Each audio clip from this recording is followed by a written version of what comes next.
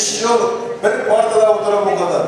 Biz de rahmetine görüşürüz, görüşürüz. Bizim gururumuz rahmet istasına hoşuna kabul dağıtmışlar hoşuna açtı.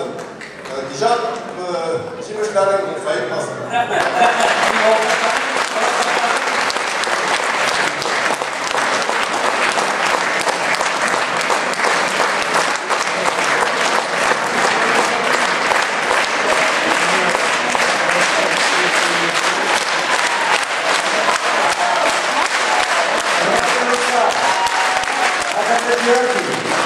Bizlerin ağlatlanmaz tavşanını, zırlavını yaratan, eli şunu sinesin, mine diyen şairde, umuşlasına, ben şulay, zırla, şiirler yaz, yaşa, ısaf, izatın, ben devam etsinler.